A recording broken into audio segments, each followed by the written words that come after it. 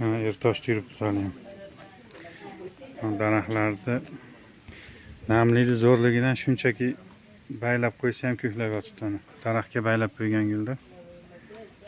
Hech qanaqangi bir turpog'i yo'q. Yomg'irni ko'p yoqqanidan ko'klaveradi ekan. Ertosh bilan bir xil ekan mana so'rilari. Yomg'ir zo'r yoqqaniga birorta ham bir turpog'ida ochiq bo'sh joyi yo'q. Hech qayerda sug'orilmas ekan, faqat yomg'irning suvi. Hech qanday ariqlar yo'q. Yomg'ir 5-10 mahalgacha yog'ar ekan. Yoz ichi ham yog'ar ekan. Dehqonchilar zo'r bo'lar ekan. Mana daraxtlarda ajoyib chiroyli daraxtlar.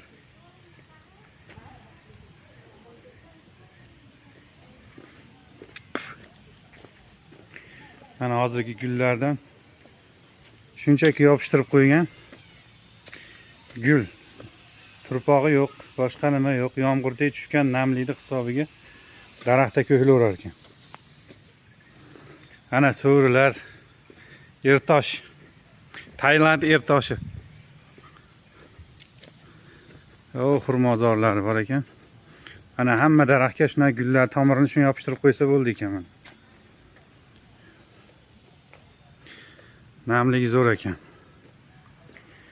Namlikning hisobiga ko'klaverar ekan. Mana bu ham qanaqadir gul ekan, shuni yopishtirib qo'ysa daraxt o'zida yopishib o'saveradi ekan.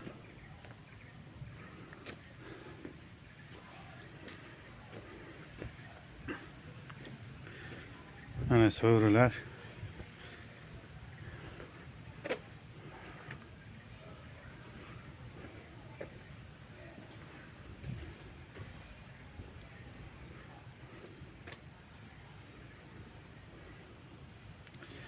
Manzara dahshat va endi o'rmonzorlar.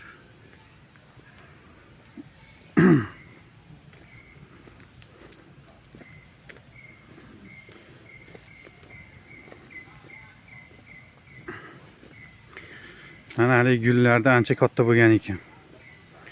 Shuni daraxtning badaniga yopishib, shuni tomiratib o'saverar ekan. Meva qilar ekan, qanaqadir mevasini bilmayman endi. Mana shunchaki badaniga yopishtirib qo'yadi ekan, bo'ldi ekan, o'sib yotaverar ekan. Mana bunaqa bargli gulni mana endi ko'ryapman mana. Bu daraxtga tegishli emas, bu yopishtirib qo'yilgan xolos shunchaki. Tomir otib olib, shuna katta bo'lib o'saverar ekan. Bu daraxt alohida o'zi ketgan. Shuni daraxtga yopishtirib qo'ygan. Yomg'irda suvda ko'klaverar ekan. Mana hamma daraxtlarga shunaqa gul qilib chiqqan. O'rnashib olib o'saveradi ekan.